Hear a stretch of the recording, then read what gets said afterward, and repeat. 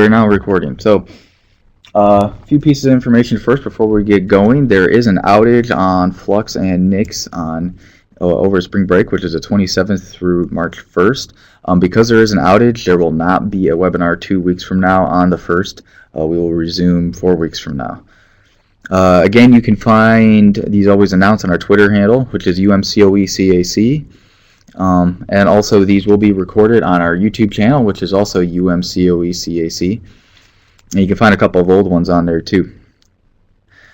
Some things to go along with that. The PBS recording from the session 2 weeks ago. Highly recommend, if you're not very strong with PBS, going through that one, because this is like an advanced topic of PBS. Go ahead and sit through this. It'll be recorded and be put up there. Go back to the PBS webinar, what happened there, and then look on using Job Arrays and come back to this.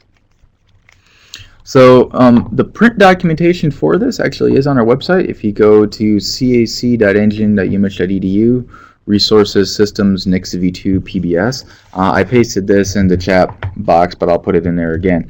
Also, feel free to use the chat box. Feel free to use the question and answer box.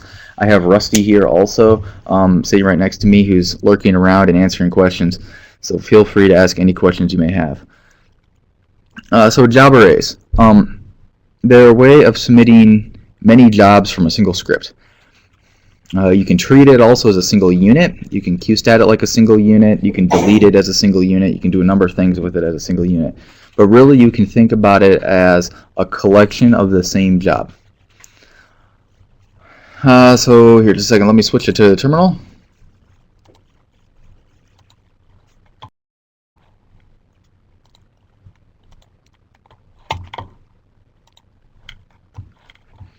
Okay, so I've already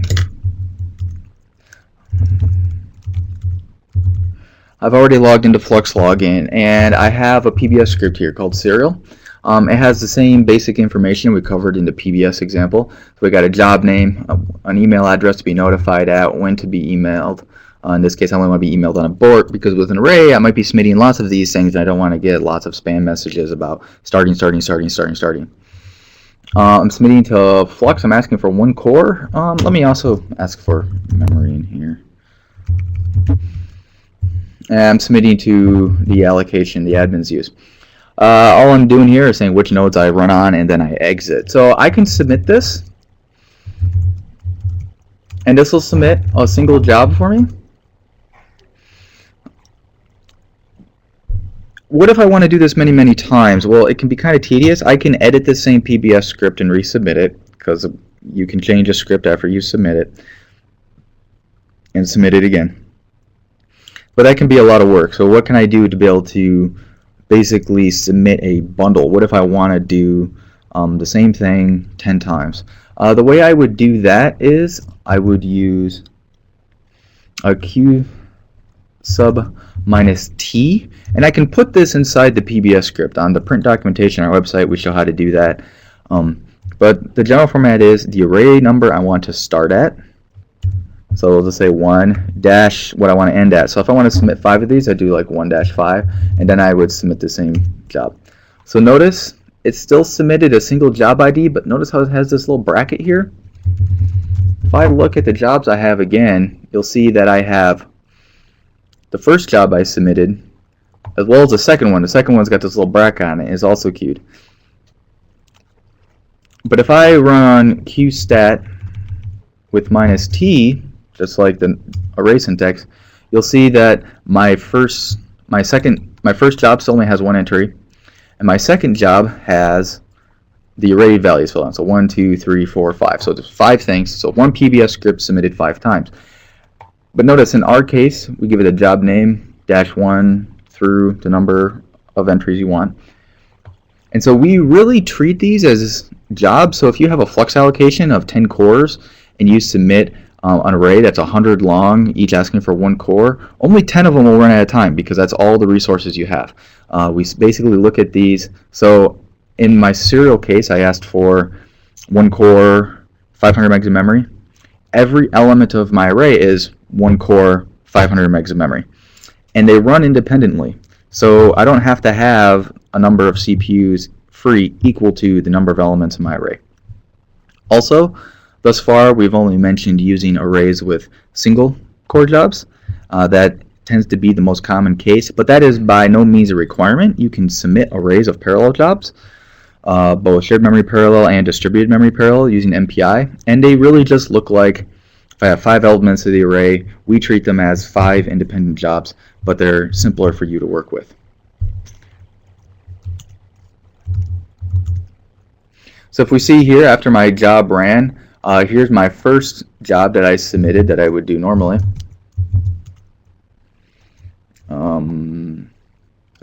This is the one I actually want. This is the output that it writes. And it says which node it ran on, and the job ID, because that's what I had in my PBS script. You'll notice I have a bunch of other outputs here, which is the second job -1. So this is like the first element of my array. This is the second, this is the third, this is the fourth, this is the fifth. So again, they really are just, you can think of them as independent jobs that are bundled together and submitted all at once and can be deleted all at once. You can go from there. Okay, so let me get rid of all of these. So then how do I go about actually running something slightly different? To do that, PBS actually gives us a variable. So I'm going to copy this serial and I'm going to call it array.pbs. So I'm going to start with my normal PBS script. Whoops. But what I want to do now is I want to do something based on which array number I am. And we actually give you a variable. So any of these things that starts with $1 in front of it is a variable and is equal to something. There's one that's called PBS array ID.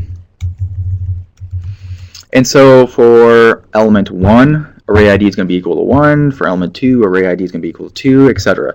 So I can have either directories set up, numbered 1, 2, 3, 4, or I can have input files set up 1, 2, 3, 4, etc. So that I can submit these at once, use the array ID, and we go from there. So let's actually do this. So let's quickly create a collection of directories here.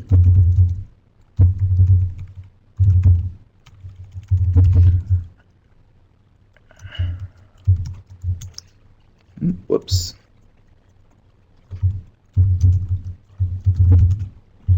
So I've got a bunch of directories here, my run 1, 2, 3, 4, 5.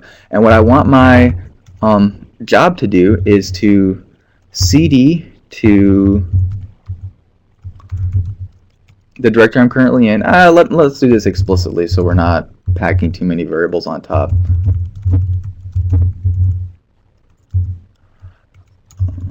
I call it my rundir, so it'll be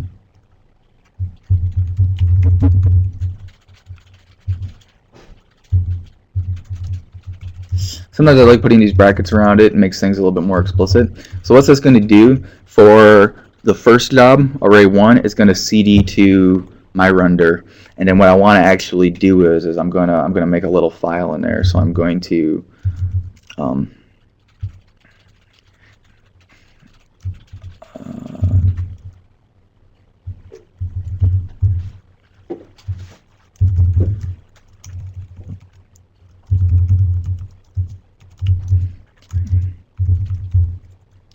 I'm going to make a file called output that just includes the array ID and procp. Of course, this could be your actual application or something like that you'd want to do.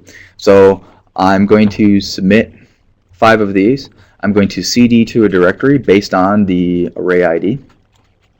And then I'm going to put something in there. So there's going to be 5 files called output, each of them inside the directory mydir 1, 2, 3, 4, 5. And so you can manipulate this any way you want. So let's do this again, q sub -t 1-5. So I've got my array again. I can delete this all at once by doing qdel. Whoops, gotta give it the brackets. And so that deleted all 5 entries all at once. So let's go ahead and resubmit that. You can actually delete a single member. So if I do qdel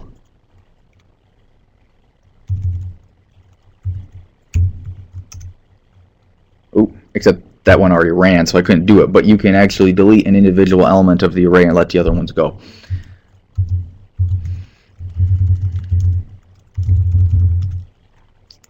So some of my elements have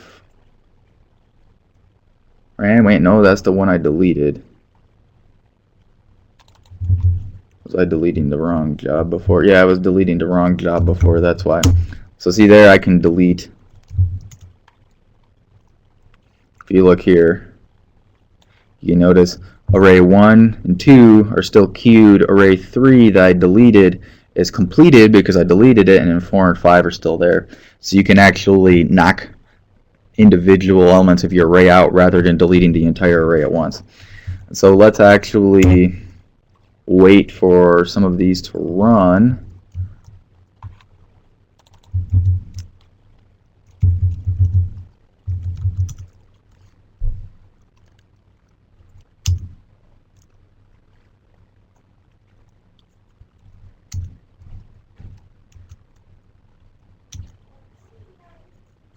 You can run check job like normal on these array elements, where you have to do the actual array element, the thing in the bracket, so it knows which element you're talking about. And it looks like my stuff might have started. Yep, and they ran, and they're all done now. So now if I look and I go into like my rundir1, I have a file called output, and its contents is 1, my username, because that's what I had, and I had a PBS array ID, and then my username. If I go to my rundir2, same deal, there's an output in there, it's 2, brocp. If I go to my rundir3 though, remember this is the one I deleted, see there's nothing in there because I deleted that element of the array, so that job never ran. So what if I wanted to just rerun number 3? That's actually really easy. You don't have to give a range, and your range doesn't have to start at 1. So if I do q sub minus t3 array, that's going to go ahead and submit an array, but it's got exactly 1 element, and it is 3. So if I now qstat just this array, you'll see it has exactly 1 entry, 3. So you can actually get even funkier with this.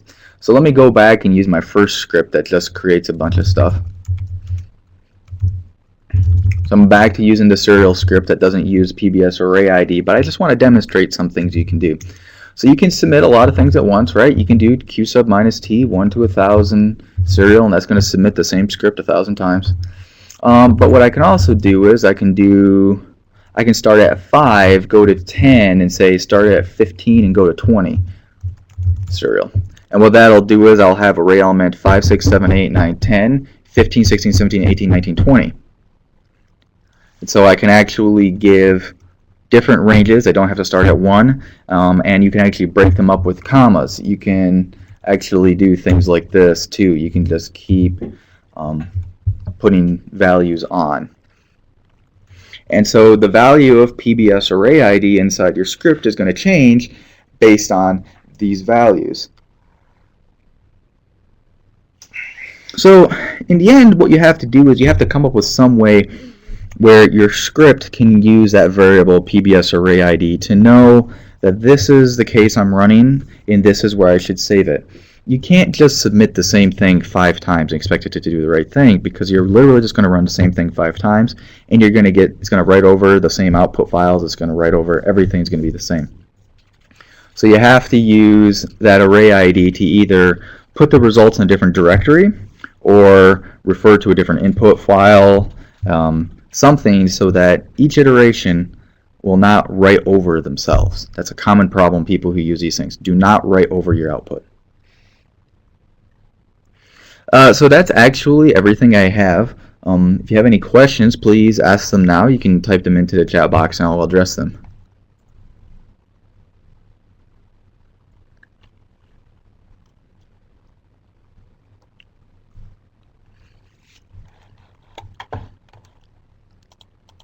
Okay, well, if you have any trouble using PBS arrays or anything like that on Nix or Flux, you can send in questions to hpc-support@umich.edu. And it looks like we have a question. You can go ahead and tell us what your question is.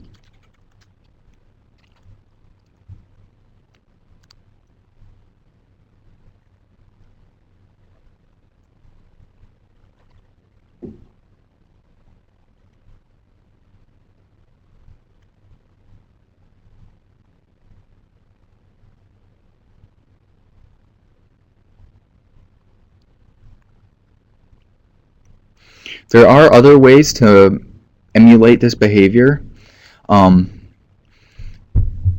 without using job arrays. Like you can submit jobs you can generate scripts and submit them automatically from MATLAB or from Python or from Perl. There's other ways to do that. So if you need to do more complex things, like say having a double nested capability, like you have two different parameters you're going over, you might want to do this a different way, but this is the simplest way to do this in any manner.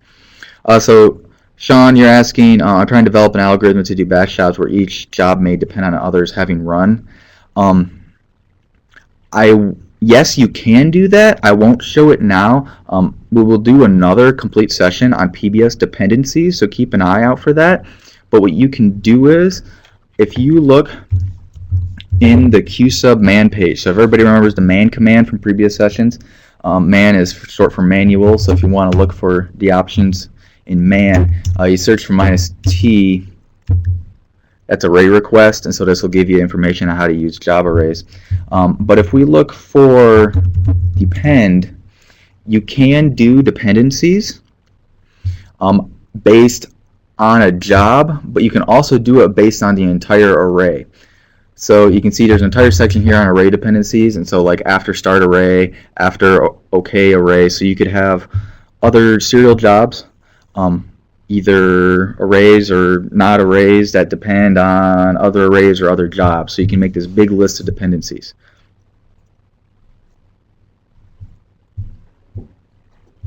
So yes, you can do that. I won't actually do it here, but look at this page. Yes, you can do it. I think it's also documented on our webpage. PBS dependencies. What would be a good reference for doing more complex jobs with Python or another language? It's actually best to just send in a request, and I have an existing script, and I can send it to you. Basically, you end up writing a PBS script from inside your code, and it submits your job for you. I don't have an example for MATLAB, but there's no reason you can't do that. There's a better way to do MATLAB. MATLAB has its own ability to submit tasks. I would look on our website for something called the Distributed Computing Toolbox or Parallel Computing Toolbox. It has a way of basically taking a MATLAB function, passing it arguments, and telling MATLAB, hey, submit this to the cluster, and it will submit them all, and then you can read the results all back into your parent MATLAB. That's a little different than what we're doing here, but we have independent things that run, that we write their own outputs. MATLAB kind of works that way, but then MATLAB wants to slurp it all back into a single workspace. We can cover that sometime also. You can also look on the training section of our website. Let me actually point that out here just a second. Let me switch my screen.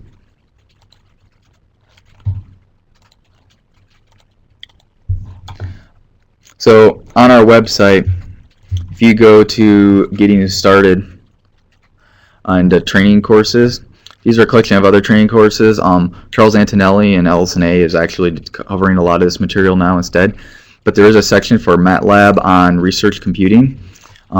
If you look over the slides here and there's some example code, it shows how to do that MATLAB distributed job for submitting a bunch of jobs out. Or just search for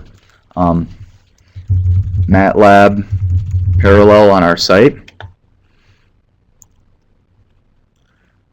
And this first option here, besides the PDFs I just showed you, actually has the instructions for distributed jobs, parallel MATLAB jobs, which says how to submit jobs from MATLAB. Any other questions?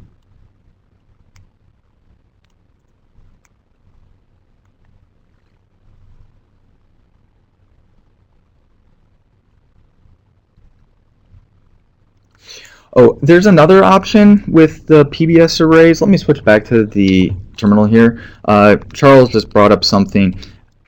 I think there's a better way to do what you're mentioning. Normally you don't want to do this.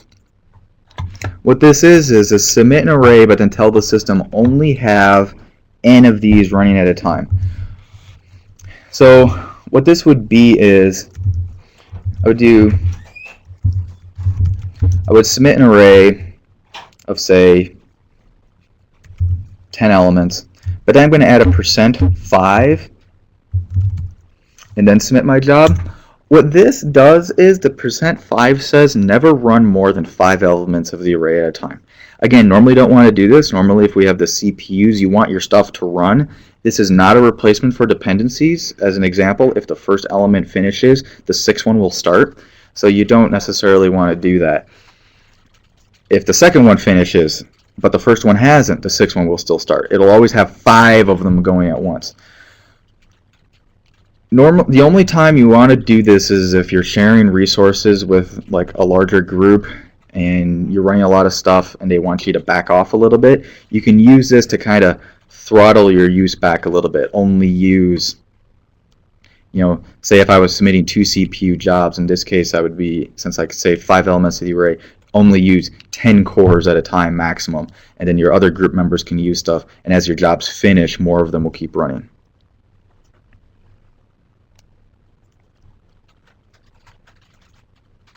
The question Sean has is, what would be the best practice for auto-generating jobs? Should a script that auto-submits them be Bash, Python, or MATLAB? Doesn't matter. Your main code's MATLAB. It does not matter. It's really which one you know the best. I use Perl very often, but the Python way of doing it is actually very simple also.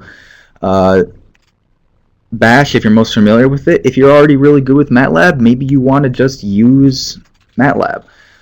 You can just go straight up from there. If you want to talk to us about how to use the MATLAB parallel stuff to submit your MATLAB scripts multiple times, especially if your MATLAB input is a function where you can just pass it arguments, it's really, really easy to do. And so look at those pages I showed you before. I would highly recommend looking at that because you're using MATLAB.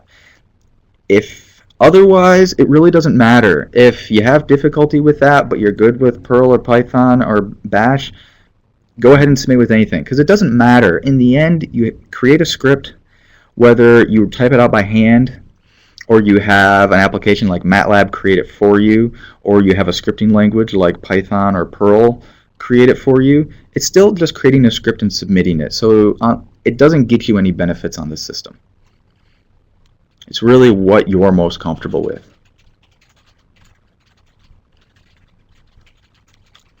Any other questions?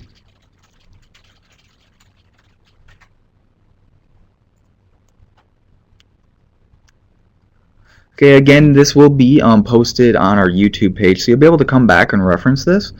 If you have any other questions or difficulty you run into on Nix or Flux, send an email in to hpc-support@umich.edu. I put that into the chat box earlier. And I will also put into the chat box the link to our YouTube page again. And you can find, if you're looking for PBS basics, like just how to submit a job and the different options I had in there for requesting resources, please look at the PBS basics from February 2nd to get you going with that, and then go back to the job IDs or the PBS Job Arrays for dealing with stuff. Okay, but otherwise I think we're all done. Again, there will not be another webinar in 2 weeks. Because of the outage, and remember Flux and Nix are down between the 27th and the 1st. Watch your email for when it comes back up, and then also all the different things that were changing during the outage. Okay, and we are done.